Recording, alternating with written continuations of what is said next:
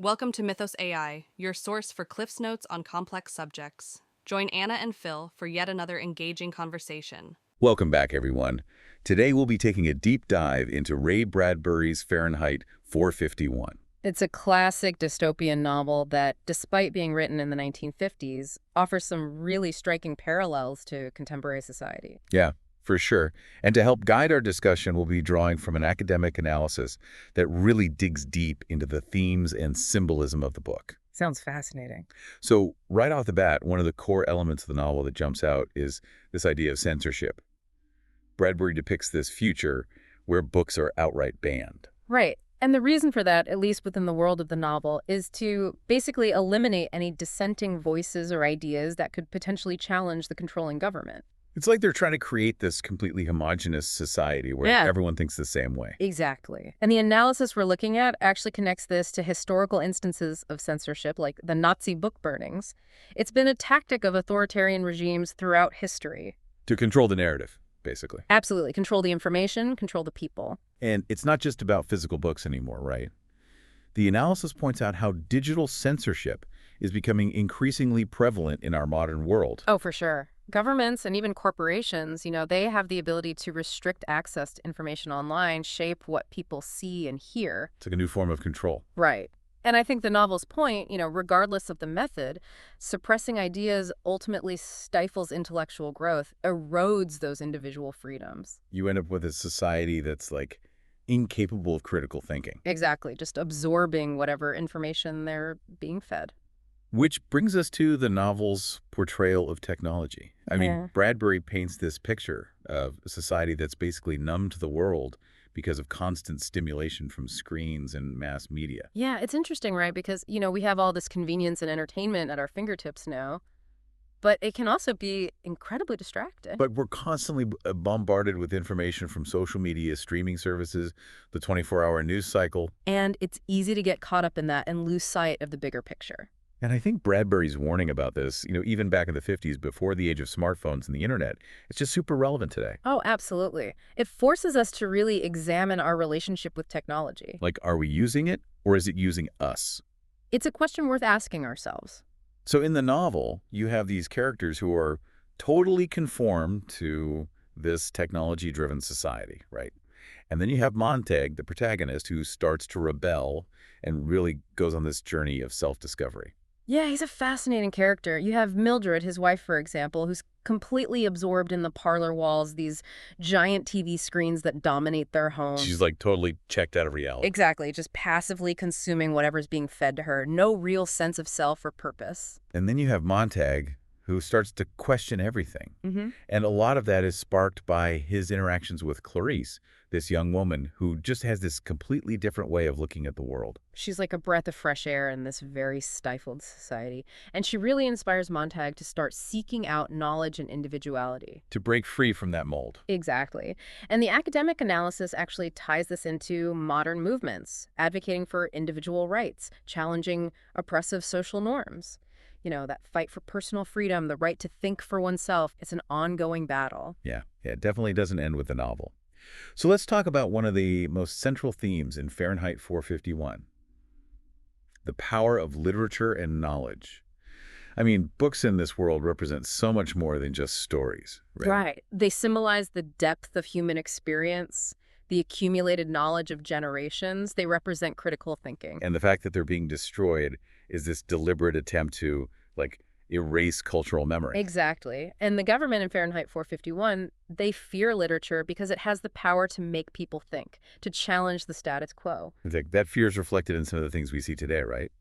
Attempts to ban books from schools and libraries, the spread of misinformation online. Yeah, it's all about controlling the narrative. And Fahrenheit 451 reminds us that the fight to protect intellectual freedom, to ensure access to diverse perspectives, is something we have to constantly be engaged in.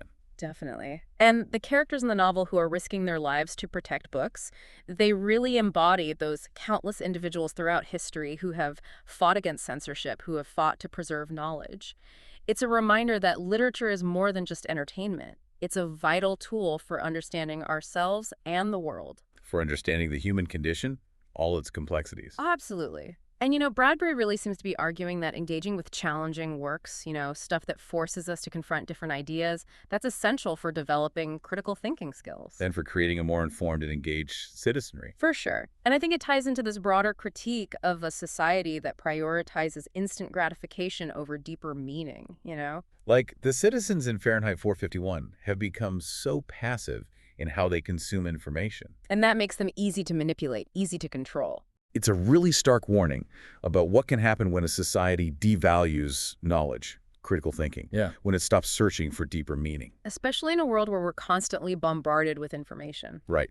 Now let's zoom out a bit and talk about the larger societal structure in the novel. I mean, Bradbury creates this really chilling vision of a dystopian society ruled by a totalitarian government.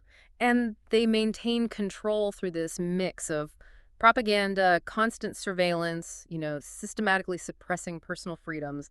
It's pretty unsettling. And the citizens are kept in this perpetual state of distraction and fear. Yeah, and that makes them less likely to question anything. And, a lot of these themes really resonate with contemporary anxieties about things like government overreach, data privacy, attempts to control public discourse. Absolutely. It makes you think about the fragility of democracy, the constant need to protect our civil liberties. And the ways that those tactics of totalitarian regimes, manipulating information, silencing dissent, using fear to control people, those things can manifest in any society.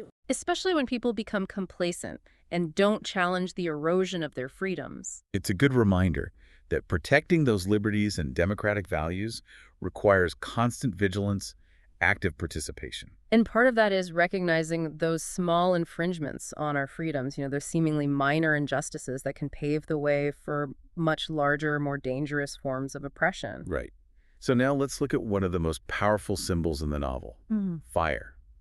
Obviously, on the surface, it represents destruction, especially with the firemen using it to burn books. It's like this symbol of the eradication of knowledge. Right. But as Montag's journey progresses, his perception of fire starts to change, and it takes on this more nuanced meaning. It becomes more complex, for sure. He begins to see fire not just as a destructive force, but also as a potential source of, enlightenment and renewal. That's interesting. It's not just about what the fire is doing, but also the intent behind it. Exactly. And the analysis actually points out that this duality of fire symbolizes the complex nature of our choices and actions. Anything, even something as destructive as fire, can have positive or negative consequences depending on how it's wielded. Like, in Montauk's case, it becomes a symbol of his own internal conflict. Right, as he's wrestling with the morality of his actions, trying to find his way towards a more enlightened path. It's a powerful image. It's like fire becomes this metaphor for his own personal transformation. Yeah, exactly. Initially, he's just blindly following orders, participating in this destruction without really questioning anything. But as he starts encountering different perspectives, as he starts to think for himself, that's when his view of fire and his view of everything really starts to shift. It mirrors his journey from ignorance to awareness. Absolutely. And it connects to another important theme that runs through the novel, this sense of alienation and isolation that pervades this technologically advanced society. It's ironic, right? Because you'd think, with all the ways we have to connect now, people would feel less isolated. Right. But in Fahrenheit 451, even though they're constantly connected through these devices, there's this profound lack of genuine human connection. They're surrounded by all this noise, all this stimulation, but they're still deeply alone. And I think Mildred, Montag's wife, is a perfect example of this. She's completely absorbed in her virtual world, those parlor walls. She's neglecting any real human connection. Her relationships are all surface level, no real depth or meaning. Exactly. And the novel seems to suggest that this isolation is a direct result of a society that has prioritized technology and instant gratification over genuine human interaction. Which is something we can definitely relate to today. Oh, for sure. I mean, social media and other technologies that can be great for staying connected, but they can also lead to more loneliness if they become substitutes for real face-to-face interaction. It's like we're constantly connected, but also increasingly disconnected at the same time. It's a strange paradox. And Fahrenheit 451 really reminds us that while technology can be a powerful tool, it shouldn't come at the expense of those human connections. Right. The people who find solace and meaning in the novel are those who forge bonds based on shared values, intellectual curiosity, a desire for something more than just this superficial entertainment that dominates their society. It's about those deeper connections. And that brings us to another important theme, the role of memory and history. I mean, the destruction of books in the novel isn't just about getting rid of physical objects, is it? No, definitely not. It's about erasing a collective memory, a shared history, all those diverse perspectives that shape a society's identity and understanding of itself. It's like they're trying to control the past in order to control the future. Right. And the academic analysis draws a parallel between the burning of books in Fahrenheit 451 and the way totalitarian regimes throughout history have deliberately distorted or suppressed historical narratives. Like they're controlling the information available to the public so they can manipulate people's understanding of the past. And ultimately, their perception of the present and the future. Which is something we should be very aware of today, with the spread of misinformation and attempts to control educational content. It highlights the importance of critical thinking, of being able to evaluate information from different sources. Of not just accepting everything we're told at face value. Exactly. Fahrenheit 451 is reminding us that those who control the past have a lot of power in shaping the future. So it's on us to engage in that critical examination, to preserve those diverse perspectives, to challenge those dominant narratives. Right. Otherwise, we risk being manipulated. Absolutely. And this leads us to the theme of resistance and rebellion, which takes a lot of different forms in the novel. Yeah, there's Montag's own personal journey, his questioning and defiance as he breaks free from that indoctrination he's been subjected to his whole life. And then there's that clandestine network of book lovers, those individuals who are risking their lives to preserve those books and pass that knowledge on to future generations. They're like the guardians of knowledge. And the analysis connects these acts of resistance to real-world examples of individuals and groups who have fought against censorship and oppression. Those who have stood up for what they believe in, often at great personal risk. It's a reminder that speaking truth to power is important, that challenging the status quo matters. And that even in the face of overwhelming power, individual acts of courage and defiance can make a difference. So Fahrenheit 451 is this call to action, urging us to consider what forms of resistance, big or small, we can engage in. It's about recognizing that even those seemingly small acts of defiance can have a ripple effect. They can inspire others and contribute to a larger movement for positive change. Yeah, absolutely. And it's not just about grand gestures, right? Like even those smaller everyday acts of resistance can contribute to a more just and equitable world. Absolutely. And I think another layer to this whole theme of resistance is Montag's psychological transformation throughout the novel. I mean, he starts out as this, complacent cog in the machine, just blindly following orders. Right. Not even questioning the morality of what he's doing. Exactly. But then through those encounters with Clarisse, his exposure to literature and his own internal struggle, he goes through this profound shift in consciousness. He wakes up, basically. Yeah. And it highlights the power of critical thinking, self-reflection, and that courage to challenge not only your own beliefs, but also those societal norms. It's like he's realizing that true growth often involves discomfort. You have to confront those difficult truths about yourself and the world if you want to align your actions with your values. Or sure, and that transformation, it's not a passive thing. It takes work. It takes engagement. Exactly. You have to actively engage with those ideas, be willing to question your assumptions, and break free from those constraints of societal conditioning. It's not easy, but it's necessary. Right. And the interesting thing is, this transformation isn't just an individual phenomenon. It has this ripple effect on those around him. So, his courage is contagious. In a way, yeah. His commitment to truth inspires others to question the status quo, to seek out a more meaningful existence.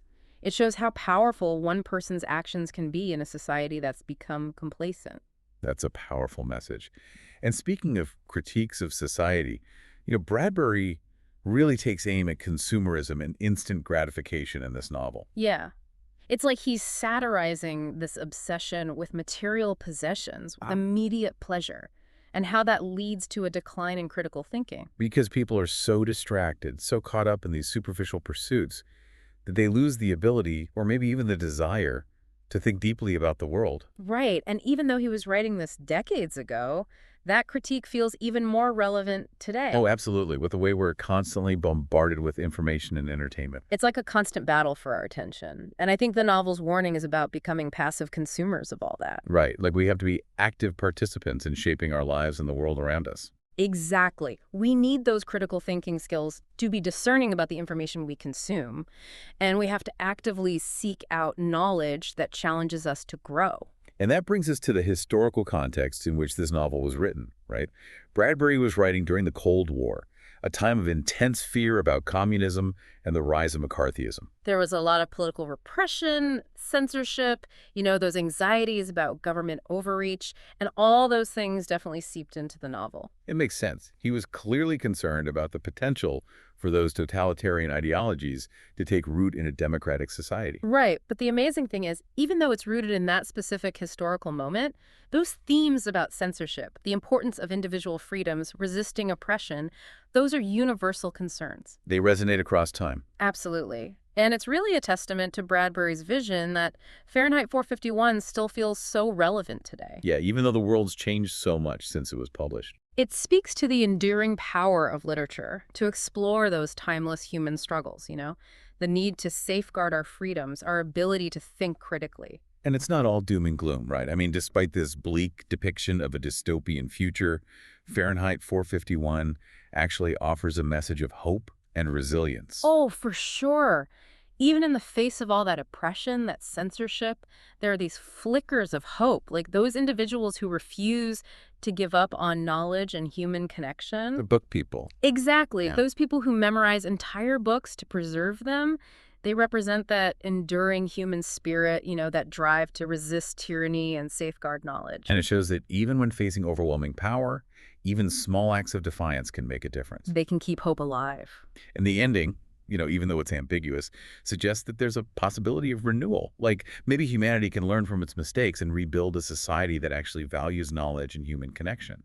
It's that idea that even in the face of destruction and despair, there's still that potential for growth, for positive change.